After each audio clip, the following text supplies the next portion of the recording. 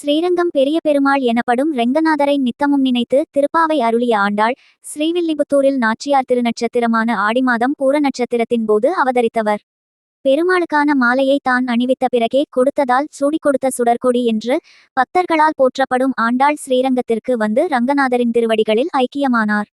இதனையடுத்து சூடிக் கொடுத்த சுடர்கொடியான ஆண்டாளுக்கு ஸ்ரீரங்கநாதரின் சார்பில் வஸ்திர மரியாதை வழங்கப்படுவது வழக்கம்.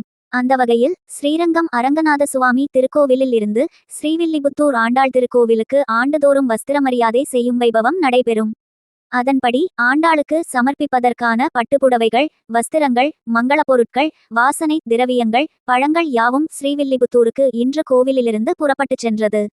ஸ்ரீரங்கம் கோவில் தேவஸ்தானம் சார்பில் வழங்கியிருக்கும் பட்டுவஸ்திரங்களை கோவில் யானை ஆண்டாள் மீது வைத்தும், மங்கள பொருட்கள் அனைத்தையும் கோவில் நிர்வாகிகள் மற்றும் அர்ச்சகர்கள் மேளதாளங்கள் முழங்க கோவில் வளாகத்தில் ஊர்வலமாக எடுத்து வந்து ரங்கவிலாச மண்டபத்தில் பக்தர்கள் முன்னிலையில் காட்சிப்படுத்தினர்.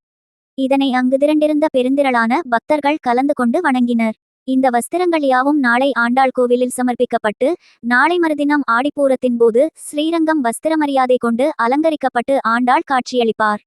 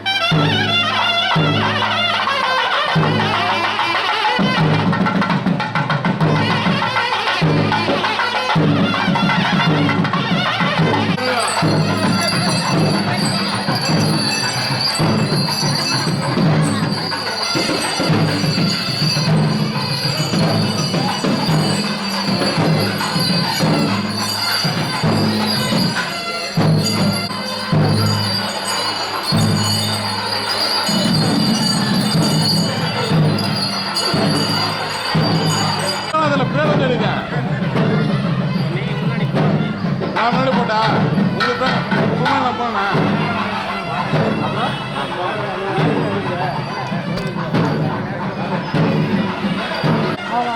நீ போன மாதிரி போனா சூழல போன எடுக்கணும் போன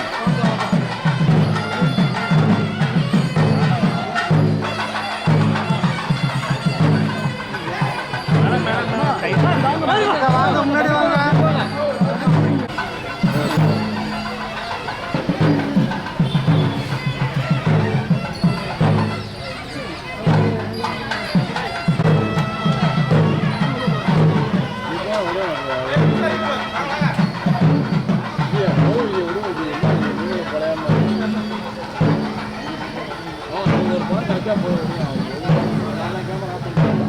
போங்க நீங்க போங்க பேசிக்கிறோம் போங்க நீங்க போங்க நான் பேசிக்கிறேன்.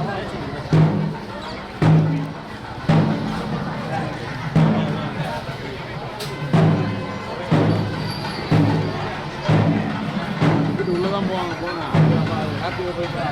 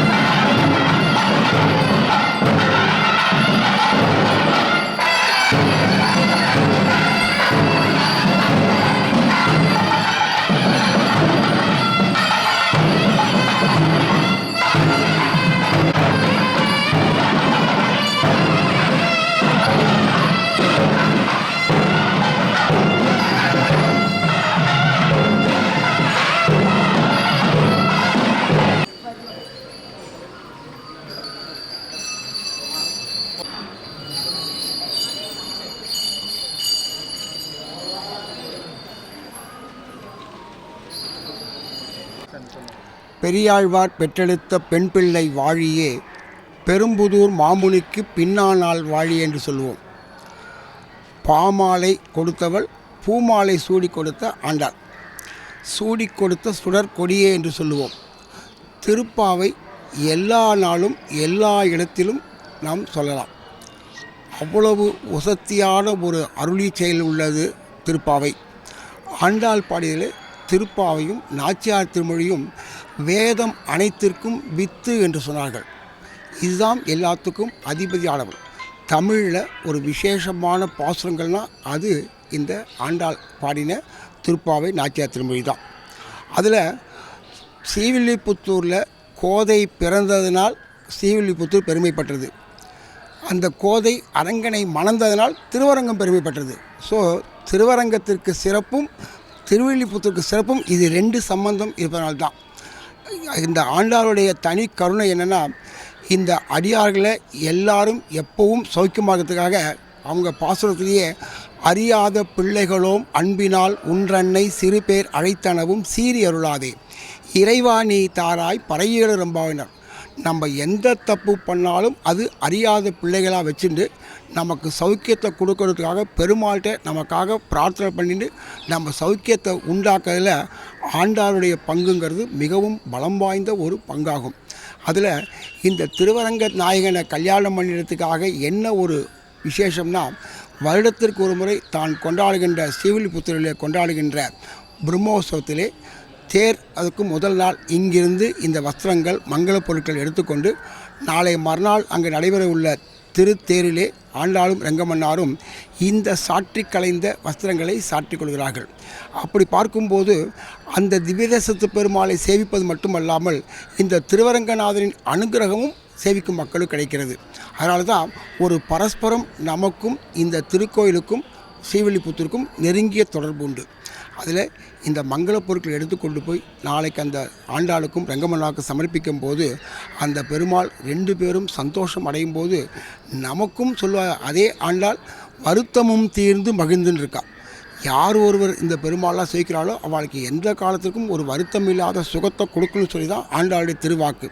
அதே போல் இந்த ஆண்டாளையும் ரெங்கமன்னாரையும் அங்கே போய் சேவிக்கிறவாளுக்கும் இங்கே இந்த வஸ்திர பகுமானங்கள் எடுத்துக்கொண்டு போய் நாளைக்கு சாற்றும் போதும் எல்லாருக்கும் எல்லா சௌக்கியங்களும் எல்லா நாளும் கிடைக்கிறதுக்காக தான் இந்த திருக்கோயில் சார்பாக நம்ம பண்ணிட்டு இருக்கோம். எல்லாருக்கும் எல்லா நலங்களுக்கும் அடியார்கள் வாழ வேண்டும், அரங்கநகர் வாழ வேண்டும் என்று பிரார்த்திக்கிறேன்.